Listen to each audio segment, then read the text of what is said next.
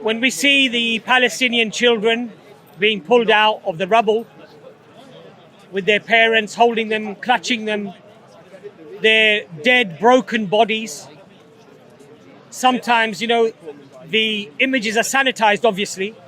We don't see the images of the parents who have to pick up their children in pieces, the limbs, and sometimes unidentifiable.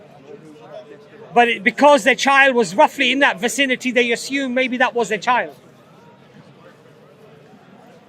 Those images clearly, and that level of insanity has clearly, totally made us distraught, upset, angry even.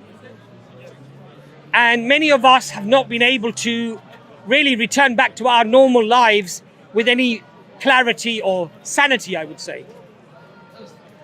The question that arises, how do the Palestinians themselves feel when we see their suffering? We see the turmoil, we see the killing, the murder of these people, the genocide, the ethnic cleansing, and the level of pain that we feel when we see this suffering. And it doesn't matter when you see a Jewish child killed or a Palestinian child killed. It doesn't matter, because if you have humanity in your hearts, you should feel pain for regardless of which child is killed on which side. But when we see the thousands of children that are now dying in Palestine, and how our hearts and our souls are aching with pain when we see this level of brutality, and the fact that it has affected our sleep, our moods, perhaps the way that we eat, the way that we drink, it has unsettled us to such a level.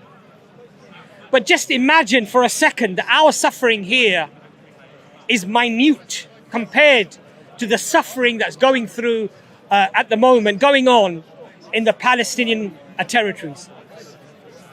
This is mass murder and genocide. These people are living in fear. And we see the screaming child running after its own parents and its families have been bombed and killed. Or we see the parents, the families of the children who've been bombed and then been killed. The question that I would like to ask is, why is it that there are so many people who don't find that suffering, who don't find that level of brutality sickening?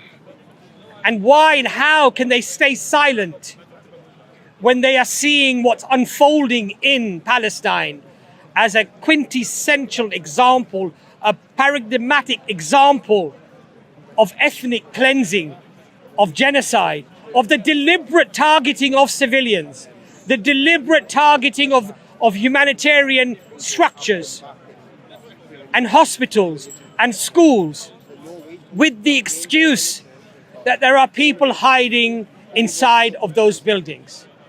If there were truly people hiding inside of those buildings, it makes no sense that you give a warning before you bomb. Because if you give a warning, the first people to leave will be those terrorists that you're attempting to kill. So it doesn't even make logical sense. But I know that we are suffering, and I know that the people who see what's happening are suffering. But my brothers and my sisters, we need to educate ourselves, and we need to become activists. We need to become activists and have our voices heard. Now, there is a great drive at the moment to silence those voices. This is why people who want to march to stop the killing are being called hate marchers. There is this narrative. Social media are deplatforming people. They are silencing people, as they have many of our own videos.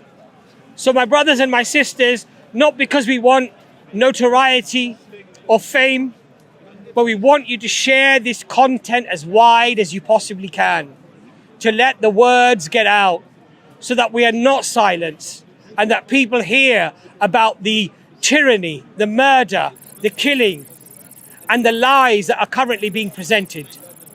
Thank you. Assalamu alaikum wa rahmatullahi wa barakatuh.